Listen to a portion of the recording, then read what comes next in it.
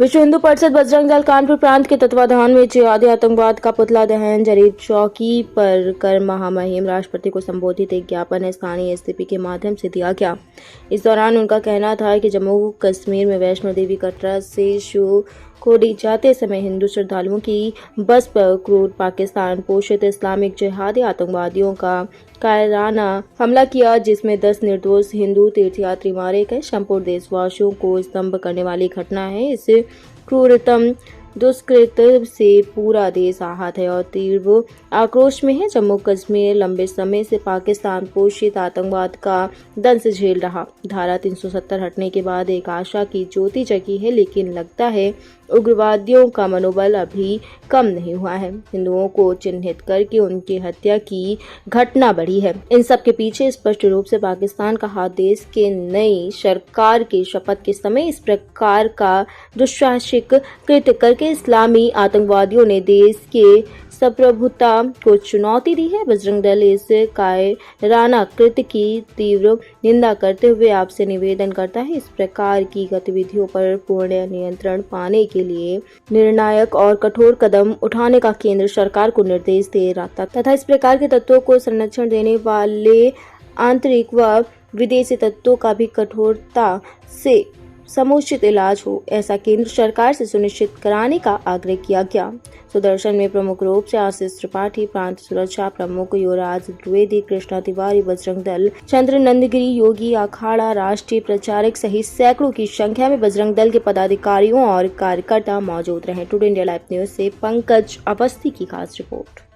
जिस तरीके से कश्मीर न सिर्फ पूरे भारत में हिंदुओं को लेकर टारगेट किलिंग हिंदुओं की जा रही है और कश्मीर जो है कि एक तरीके से हमारी धार्मिक नगरी है, उस धार्मिक नगरी में हमारे मान बिंदुओं को पहले निशाना बनाया जाता था और फिर हम अपनी धार्मिक नगरी से दूर हो जाएं और अपने मान बिंदुओं से दूर हो जाएं। इस उद्देश्य के तहत हिंदुओं की बसों पर हमला करना, पहले सिर्फ अमरनाथ और बूढ़ा अमरनाथ जैसे यात्राओं पर हमले होते थे, अब माता वैष्णो देवी से एक भरी बस आ रही थी दर्शन करके, जो शिवखोड़ी से दर्शन कर माता वैष्णो देवी की तरफ आ रही थी, उस पर हमला किया गया जिसमें 2 साल का बच्चा था, कुछ माताएं थीं, कुछ ऐसे परिवार थे जिनका उनसे कोई लेना देना नहीं था, उनका टारगेट करके एक तरीके से हत्या की गई। यह एकदम स्पष्ट करता है कि यह सिर्फ और सिर्फ आतंकवादी घटना नहीं है, बल्कि एक इस्लामिक आतंकवादी घटना है। और जिस तरीके से जो देहादियों की सोच होती है कि किस तरीके से हिंदुओं को उनके मान बिंदुओं से दूर किया जाए, किस तरीके से हिंदुओं को डराया धमकाया जाए, उसी के निमित्त सिर्फ और सिर्फ हिंदू अपनी धार्मिक यात्राएं पूरी न कर पाए,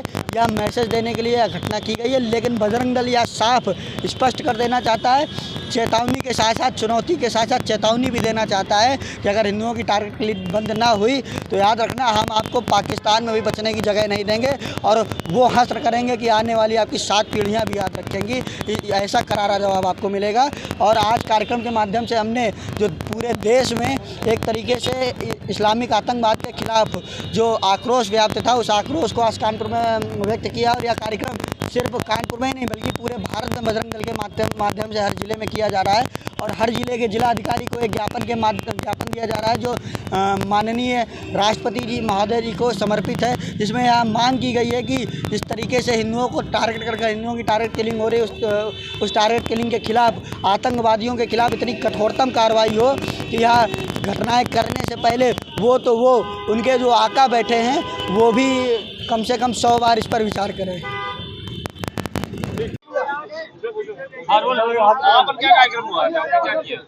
जी? आज आप लोग जरीब चौकी पर आए हैं, किस मुद्दे पर आप लोग? आशीष त्रिपाठी, बजरंग दल में प्रांत का सुरक्षा प्रमुख हूँ। जिस तरीके से आप सबको विदित है कि अभी जिस दिन नरेंद्र मोदी जी भारत के प्रधानमंत्री की शपथ ले रहे थे, इंडिया और पाकिस्तान का क्रिकेट मैच चल रहा था, उसी दिन पाकिस्तान के लोगों ने के द्वारा जिहादी मानसिकता से ओतप्रोत योजनाबद्ध तरीके से